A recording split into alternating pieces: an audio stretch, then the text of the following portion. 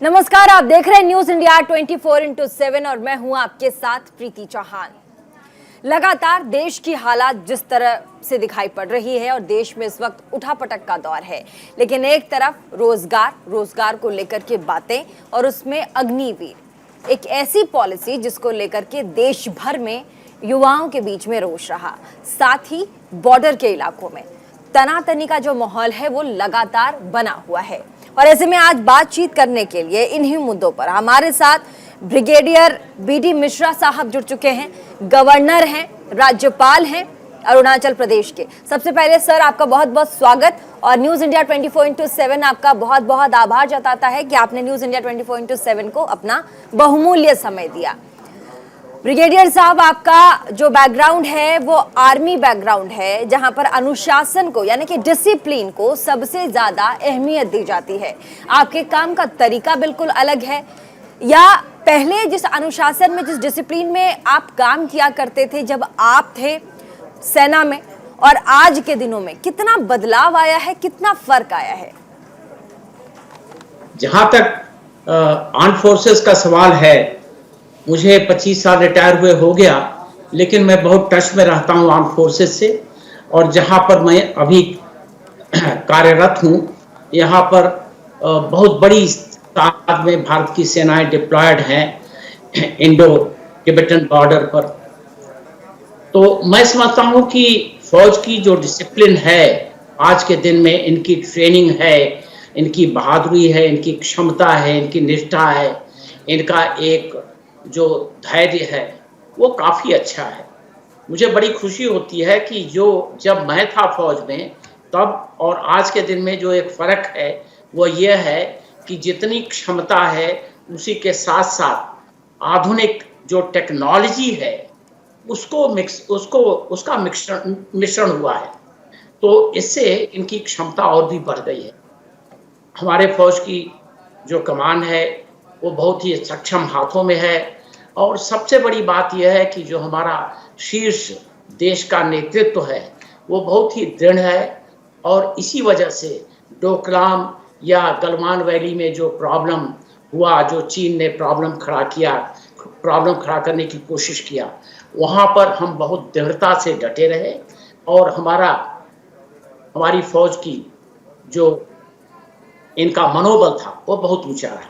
तो मैं बहुत खुश हूँ कि हमारी सेना इस वक्त अच्छे लीडरशिप के नीचे है, देश का नेतृत्व अच्छा है और सेना के जवान सक्षम हैं अपने देश की रक्षा करने के लिए। ये बहुत ही अच्छी बात है, बड़ी बात है। सर, मिश्रा साहब, आपने भारत और चीन युद्ध को देखा है। भारत पाकिस्तान की युद्ध की बात करें तो आपने वो दौर भी देखा है।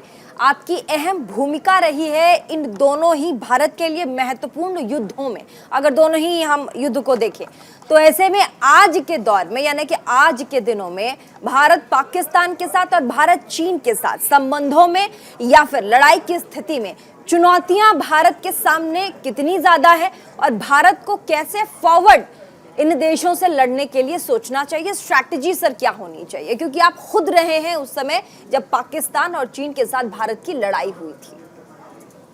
इसमें जो हमारे खिलाफ, हमारे देश के खिलाफ पाकिस्तान ने कई युद्ध किए हुए हैं। उन्होंने अटैक किया है 1947-48 में, 65 में, 71 में, फिर कारगिल युद्ध हुआ और लगातार कश्मीर में हमारे देश में जो उनका छद्म युद्ध चल रहा है वो लगातार चल रहा है।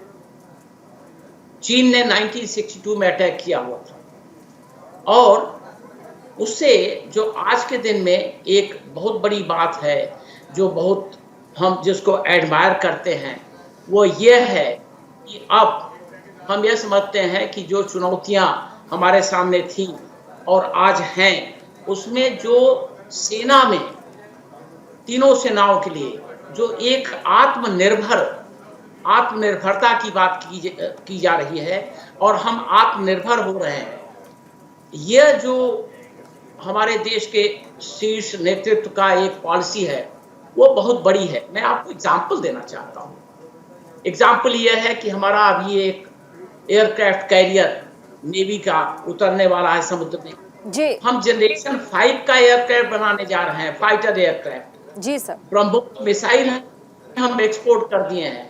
तो ये जो दिशा है हमारे रक्षा के क्षेत्र में, वो बहुत ही अच्छी दिशा है और ये हमको हमेशा कारगर बना रही है। सर, जिस तरीके से इस वक्त अग्निवीर योजना को लेकर के घमासान चल रहा है, क्या आपको लगता है कि वो योजना बहुत जल्दबाजी में लेकर आई है सरकार? पॉलिसी पे और भी काम करने की जरूरत थी? ये बड़ी विडंबना है, हमको बहुत अफसोस होता है कभी कभी, और खास तौर से जब इस योजना के अनाउंसमेंट के बाद तोड़फोड़ हुई, आगजनी हुई, कई जगह तमाम प्रॉपर्टी जलाई गई देश की, और पूरा मिला के पूरे देश में 1000 करोड़ रुपए का लॉस हुआ।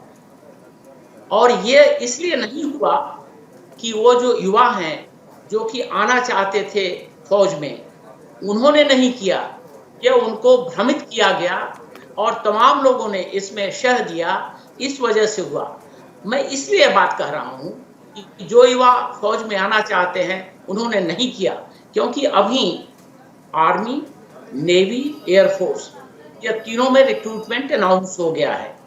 और मैं आपको यह कहना चाहता हूं कि आर्मी में रिक्रूटमेंट जब अनाउंस हुआ है तो टोटल 40,000 पोस्ट हैं। इस 40,000 पोस्ट के लिए अभी ये एक हफ्ते में 1.3 लाख, माने कि 130,000 एप्लीकेशन आ चुकी हैं और एप्लीकेशन की डेट अभी 30 जुलाई तक है। आप कल्पना करिए कि कितने लोग इस योजना के तहत आना चाहते हैं फौज में। उसी तरीके से एयरफोर्स में हमको ताजुब होता है कि एयरफोर्स में 7,50,000 एप्लीकेशनें आ चुकी हैं। 28,000 पोस्ट है नेवी में, उसके लिए कई गुना ज्यादा एप्लीकेशन आ चुकी है। लेकिन ब्रिगेडियर साहब, तो प्रॉब्लम यहाँ नहीं है। प्रॉब्लम है कि जो टेन्योर है, जो समय सीमा है 4 साल, उसको लेकर के प्रॉब्लम है, डिस्प्यूट यहाँ है। उनका कहना है कि माँ भारती की सेवा जैसे आपने की, उनका कहना सेवा करने का जो समय है उसको लिमिटेड क्यों किया गया, उसको 4 साल क्यों कर रही है सरकार? हमको मौका दे, मेरिट लिस्ट पर हम आगे आएंगे और हम सेवा करना चाहते हैं देश का, उसको टाइम पीरियड में ना बांटा जाए। सरकार हालांकि ये भी कह रही कि 27% जो छात्र सेलेक्ट होंगे उनको आगे मौका दिया जाएगा, लेकिन ये कह रहे ये फ्रूटफुल नहीं है, इससे हम सेटिस्फाइड नहीं है। इस पे क्या कहेंगे सर आप? ये इसका एक डिफरेंट एंगल है। पहली बात तो यह है कि वो ये नहीं कहा गया, वो वहां पर यह नहीं कहा गया कि हमको और सेवा का मौका दो। कैंडिडेट्स ने कुछ भी नहीं कहा यह गया कि इनकी पेंशनेबल सर्विस क्यों नहीं बनाई गई। तो इसमें ये जो प्लान बना है अग्निवीर का, यह प्लान बहुत मंथन के बाद बना है। यह हर राज्यों से जो सबक लिया गया उसके बाद बना है। आवश्यकता यह है कि भारतीय सेना हमेशा युवा रहे। आज के दिन में जो नॉर्मल एवरेज जो एज है भारतीय सेनाओं में, वो है 30 से 32 साल। आपको मालूम होगा या यह विदित है कि आदमी की जब जो अच्छी शक्ति होती है, शारीरिक, मानसिक, यह 18 से 25 साल में होती है। तो उद्देश्य यह है कि हमारी जो औसतन आयु हो फौज में, उसको हम 25 साल पर लाएं। अगर हमको 25 साल पर औसतन आयु लानी है तो हमको इसी तरीके का एक मॉडल बनाना पड़ेगा जिसमें भर्ती 18 साल पर हो, 17 साल पर हो और वो 4 साल नौकरी करके उसको मौका दिया जाए। अगर वो सिलेक्ट होता है 25%, 1/4 तो रहे, बाकी लोग बाहर आएंगे। लेकिन जो लोग ठीक है, भविष्य पे सर, फ्यूचर पे सवाल है और ये सवाल मैं भी आपसे पूछना चाहूंगी क्योंकि न्यूज़ इंडिया नेशनल प्लेटफॉर्म है। आप अरुणाचल प्रदेश के महामहिम हैं, आप राज्यपाल हैं, आप खुद सेना में रह चुके हैं, सर्व कर चुके हैं, देश में सेवा दे चुके हैं। ऐसे में क्या अग्निवीरों का जो भविष्य है वो सुरक्षित है सर?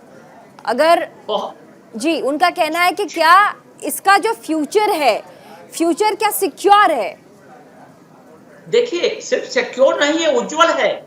मैं आपको एक एग्जांपल बताता हूं। मैं अरुणाचल प्रदेश में हूं, हमारे नॉर्थ ईस्ट में 8 राज्य हैं। मैंने पर्सनली हर एक चीफ मिनिस्टर से खुद टेलीफोन पर बात किया और मैंने उनसे यह कहा कि जो अग्निवीर भर्ती होंगे उसमें जो 25% वहां पर रखे जाएंगे वो तो कंटिन्यू करेंगे, लेकिन जो 75% वापस आएंगे, जिनको 11.7 लाख का एक पैकेज देके वापस उनको भेजा जाएगा, उनका आप लोग कुछ करेंगे? जितने 8 के 8 चीफ मिनिस्टर हैं हमारे नॉर्थ ईस्ट में, सब ने कहा कि इनको हम मौका देंगे, हमारे सिविल पुलिस में आएंगे, हमारे आर्म पुलिस में आएंगे। और असम के चीफ मिनिस्टर साहब ने कहा कि जितना भी एसएमई लड़का अग्निवीर से बाहर आता है हम सबको एम्प्लॉयमेंट देंगे। एक आप और एंगल देखिए, अब ये प्राइवेट सेक्टर का देखिए। नहीं, ये सवाल अब यहाँ सर सवाल है कि एम्प्लॉयमेंट कहाँ देंगे। जैसे कि आपने अपने राज्य की बात की कि हमारे यहाँ के मुख्यमंत्री ने कहा कि जैसे ही ये 75% जो छात्र होंगे, 25% तो आगे बढ़ जाएंगे, 4 साल के बाद उन सिक्योर हो जाएंगे, लेकिन 75% जो लड़के होंगे, जो छात्र होंगे, अग्निवीर होंगे, क्या आपकी सरकार पूरे के पूरे 75% उन छात्रों का जिम्मा लेगी? क्या जिम्मा लेगी सर? जिम्मा लेगी कि उनको सेटल करेंगे वो अग्निवीर बनने के बाद? मैं आपको एक क्लैरिफाई करना चाहता हूं जी। आप यह समझिए कि ये तो एक हमारे चीफ मिनिस्टर ने कहा, वो असम के चीफ मिनिस्टर, उन्होंने कहा हमारे यहाँ बड़ी वैकेंसीज होती हैं हर साल, हमारे यहाँ पुलिस में, हमारे यहाँ फॉरेस्ट में, हमारे यहाँ होमगार्ड में, हमारे यहाँ रिजर्व बटालियंस में भर्तियां होती हैं, सब में प्रायोरिटी इनको मिलेगी। एक आप और चीज समझ लीजिए कि ये जो लड़का अग्निवीर जो वहां पर इतना दिन तक नौकरी करके आता है, उसका मोटिवेशन, ट्रेनिंग ऐसी तरीके की होगी कि वो सिर्फ नौकरी खोलने में नहीं लगेगा, वो स्टार्टअप भी करेगा। और आज आवश्यकता इस बात की है कि हम अपने युवा को, ये बहुत बड़ी बात है, आप इसको मैं एक्सप्लेन करना चाहूंगा। हम अपने युवा को सिर्फ यह न कहें कि तुम जाके पढ़ो या तुम जाके कुछ भी करो, नौकरी करो। यह जो मानसिकता इतने दिन से चली आ रही है और यह मकाले के टाइम से चली आ रही है कि नौकरी ही करना है, यह मानसिकता अब धीरे धीरे कम हो रही है। स्टार्टअप की पोजीशन इंडिया में अब दुनिया में बेस्ट हो रही है और ऐसी कोई कंट्री नहीं है विश्व में, जहां स्कैंडिनेवियन कंट्री, जहां की संख्या कम हो रही है, पॉपुलेशन कम हो रही है, वहां भी सबको नौकरी नहीं प्रोवाइड की जा सकती है। इसलिए ये जो स्टार्टअप है, खुद पर स्वावलंबी होना और खुद नौकरी देने वाला बनना, ये लड़के ये भी सीखेंगे और ये उनके लिए अच्छा नहीं होगा। तो क्या स्टार्टअप्स के लिए सर पैसे की भी जरूरत होती है? ब्रिगेडियर साहब देखिए, स्टार्टअप्स के लिए पैसे की भी जरूरत होती है, तो क्या जहां ये अग्निवीर सेट नहीं हो पाएंगे आफ्टर 4 इयर्स, तो क्या सरकार इनको फंड करेगी स्टार्टअप्स के लिए कि हम आपको इतना पैसा देते हैं, आप आइए स्टार्टअप लगाइए? आप ये समझिए कि आज के दिन में जितने लोग नहीं भी सेटल हैं, जिनका बैकग्राउंड नहीं है, उनको भी सरकार दे रही है। नहीं, यहाँ अग्निवीरों की बात करते हैं सर, यहाँ अग्निवीरों के भविष्य की बात हो रही है सर, सिर्फ अग्निवीरों के भविष्य की बात करते हैं सर। अग्निवीर के भविष्य की क्या उनको सरकार सिक्योर करेगी कि हम स्टार्टअप के लिए आपको फंड देंगे? मैं आपको बताना चाहता हूं कि स्टार्टअप के लिए तो आज अग्निवीर नहीं, उनको भी दिया जा रहा है जो आगे आ रहे हैं। और ये जो एक विडंबना है क्रिएट की जा रही है और ये अग्निपथ के और अग्निवीरों के इस स्कीम के खिलाफ की जा रही है, उसमें कोई भी तथ्य नहीं है। ठीक है राज्यपाल साहब, एक और सवाल है हमारे पास। एक एयरफोर्स के पायलट की ट्रेनिंग में 5 से 10 साल का समय लगता है। अब ऐसे में क्या अग्निवीर योजना हर क्षेत्र में सफल हो पाएगी जो अग्निवीर होंगे? अग्निवीर पायलट नहीं बनाने जा रहा है। अग्निवीर तो रैंक्स की है, जो ऑफिसर की ट्रेनिंग है वो अलग है, ऑफिसर का रिक्रूटमेंट अलग है। और ये 4 साल में मैं आपको एक्सप्लेन करना चाहता हूँ, जब मैं 1961 में आर्मी में गया और एकेडमी से मैं पूरी ट्रेनिंग करके, फुल फ्लेज ट्रेनिंग करके मैं वहां गया, तो जब मैं पहुंचा तो वहां मुझे हवलदार टू नायब सूबेदार काडर में रखा गया। पहले दिन से मेरी 6 हफ्ते की ट्रेनिंग शुरू हो गई और आर्मी जब वार नहीं करती है, और वार तो बहुत कम होती हैं, आर्मी में दो ही काम होते हैं, प्रिपरेशन फॉर वार और ट्रेनिंग, यही दो काम होते हैं। तो इनका तो भविष्य इतना उज्जवल होगा, यह तो बाहर आएंगे। मैं एक चीज और कहना चाहता हूँ, आपके क्वेश्चन के अलावा मैं बताना चाहता हूँ, आप ऐसा सोचिए कि हमारे जो बड़े बिजनेस हाउसेस हैं, कुछ भी हो, टाटा हो या कोई भी हो, उनके यहाँ मान लीजिए 100 वैकेंसी है, 100 वैकेंसी के लिए उन्होंने एप्लीकेशन इनवाइट किया, और जो अग्निवीर है वो उसमें अप्लाई किया, और उसके साथ साथ उसके कलीग जो कि और कोई ट्रेनिंग नहीं किए हैं, जो कि इन डिसिप्लिन एटमॉस्फेयर में नहीं रहे हैं, अगर ये अप्लाई करते हैं तो चॉइस किस पर होगी? चॉइस तो इन अग्निवीरों पर होगी, क्योंकि दे वांट गुड मटेरियल, वो तो ये चाहते हैं कि अच्छे लोग आए। तो इनका तो इतना अच्छा भविष्य बनाया जा रहा है कि इसका कोई कंपैरिजन नहीं है। और एक बात आप और मैं बताना चाहता हूँ, बताइए सर, कि ये जो 4 साल का पीरियड है, यह 4 साल का पीरियड उनका हर तरीके से होगा, जिसमें वो कॉपी करेंगे, फॉलो करेंगे, आइडियल रखेंगे, ट्रेनिंग करेंगे, आत्मविश्वास बढ़ेगा, मनोबल बढ़ेगा, और जब वो आएंगे they will be fit in society, किसी भी काम के लिए फिट होंगे, और अपने लिए तो उनका भविष्य अपने लिए अच्छा बनाने की बड़ी मादा होगी। यह बिल्कुल क्लियर समझना चाहिए। और जो इसके एंटागनिस्ट हैं सर, कई देशों में युवाओं को सेना में थोड़े समय के लिए, गवर्नर सर, सेवा देने का नियम है। इजराइल में 2 साल सबके लिए अनिवार्य किया गया है, और ऐसे में 135 करोड़ की आबादी वाले देश में इस तरह की योजना क्या सफल हो पाएगी? एक बात मैं बताऊं आपको, यहाँ पर अगर किसी से भी पूछिए जो कि यह चाहता है कि देश हित में कुछ काम हो, देश के लिए काम हो, सभी ये कहते हैं कि सबकी कंपलसरी, हर युवा की 1 साल के लिए कंपलसरी ट्रेनिंग होनी चाहिए। यहाँ पर हम ऐसी स्कीम लाए हैं जो कि हम 4 साल के लिए ट्रेन कर रहे हैं। तो यह जो साइकिल चलेगी, इस साइकिल में ज्यादा से ज्यादा लोग ट्रेन होंगे, और आज के माहौल से 4 गुना ज्यादा लोग ट्रेन होंगे। तो यह तो सक्सेसफुल होनी ही होनी है। सर, चीन और अरुणाचल प्रदेश के बीच जो पहले से डिस्प्यूट है, भारत सरकार लगातार काउंटर करने की कोशिश करती है चीन को, और ऐसे में जब भारत काउंटर करता है चीन को, तो चीन की तरफ से दोहरा काउंटर आता है भारत के लिए। अभी तक हम कहां पहुंच पाए हैं अरुणाचल प्रदेश को लेकर के, अपने बॉर्डर वाले इलाके को लेकर के? हमारा स्टेप क्या है सर? जहां तक चीन का सवाल है जी, चीन के जितने भी क्लेम हैं, न तो हिस्टोरिकली करेक्ट हैं, न तो पॉलिटिकली करेक्ट हैं, और न तो डिप्लोमेटिकली करेक्ट हैं। यह बात तय हो गई है, भारत ने बता दिया है। चीन कुछ भी क्लेम करता रहे, लेकिन अरुणाचल प्रदेश हमारा है, इंडिया का है, रहा है और रहेगा। पहली बात। दूसरी बात, जहां तक हमारा काउंटर है, आज के दिन काउंटर सख्त है। इसके 2 आप सबूत देख लीजिए। एक तो गलवान वैली देख लीजिए, जो कि अरुणाचल प्रदेश के पश्चिम है, दूर है। अनफॉर्चुनेटली ने लीड ले लिया। हमारी सरकारें जो 2014 के पहले थी, उन्होंने कुछ काम नहीं किया। 10 साल तक कोई काम नहीं। अब वो काम तेजी से चल रहा है, हमारी कार्यां तेजी चल रहे हैं, और चीन को ये मालूम है।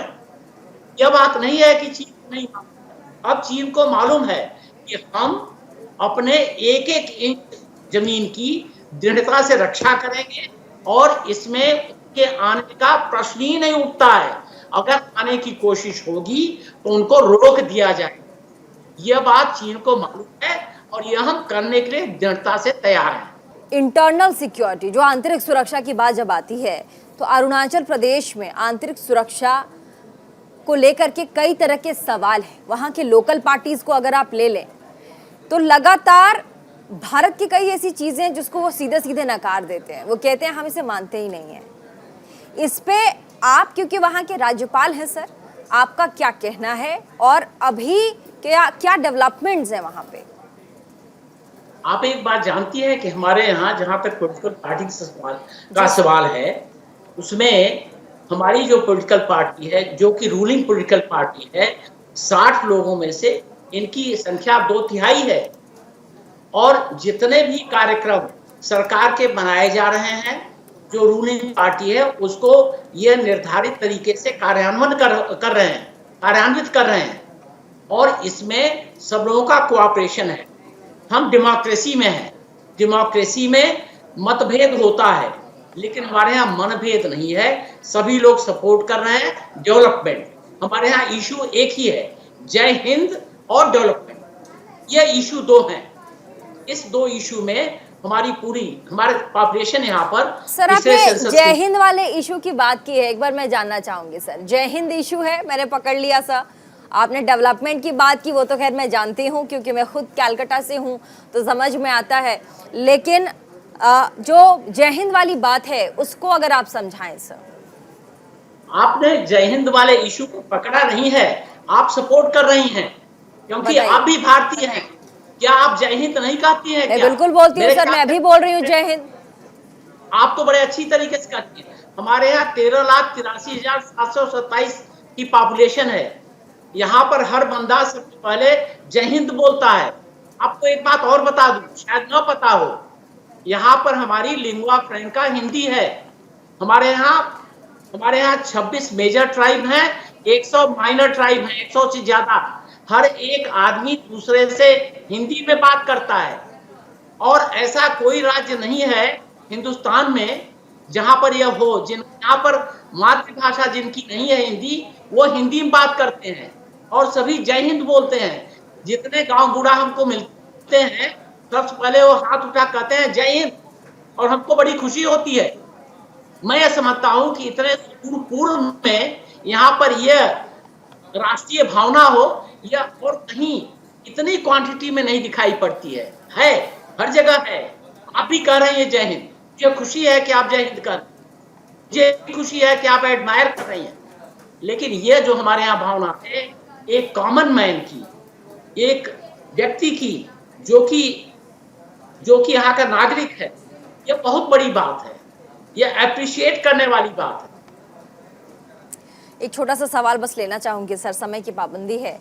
आपसपा सर, आप वहाँ राज्यपाल हैं और आपसपा को लेकर के, क्योंकि वहाँ की जो जनता है, जो लोकलाइट्स हैं अरुणाचल प्रदेश, आपसपा जैसे कानून को लेकर के उनके मन में जिस तरह की अशांति चलती है, आपसपा जैसे कानून को लेकर के चाहे वो कोई भी केंद्र में सरकार रहे, उनको लगता है कि ये सरकार हमारे लिए नहीं सोचती, ये सरकार और सब चीज़ों के बारे में सोचती है। आपसपा इस कानून को परिभाषित करता है, ये डिफाइन करता है कि हम उनसे अलग हैं, हमारे ऊपर ये लागू क्यों? मैं समझता हूं कि शायद इस धारणा में एक करेक्शन की आवश्यकता है। जी सर। हमारे यहाँ तीन ऐसे जनपद हैं जहां पर ये armed forces special power act है, चांगलांग, तिरप, लोंगडिंग। 2 पुलिस स्टेशन हैं जो कि जहां पर ये है वो महादेवपुर और नामसाई, यहाँ पर armed forces special power act है। अभी हमने दो जो हमारे पुलिस स्टेशन उनसे हटा दिया है। हम ये जल्दी ही ये भी हटाने वाले हैं, लेकिन यहाँ के जो लोग सर कब तक हट जाएगी आपसपा, बता दीजिए सर। नेशनल टेलीविजन पे आपने कहा जल्दी हट जाएगी, कब तक सर? अरे सर एक बात मैं बताऊं सर, एक बात सर, मिठाई नेशनल टीवी पे खिला देते हैं ना सर जी।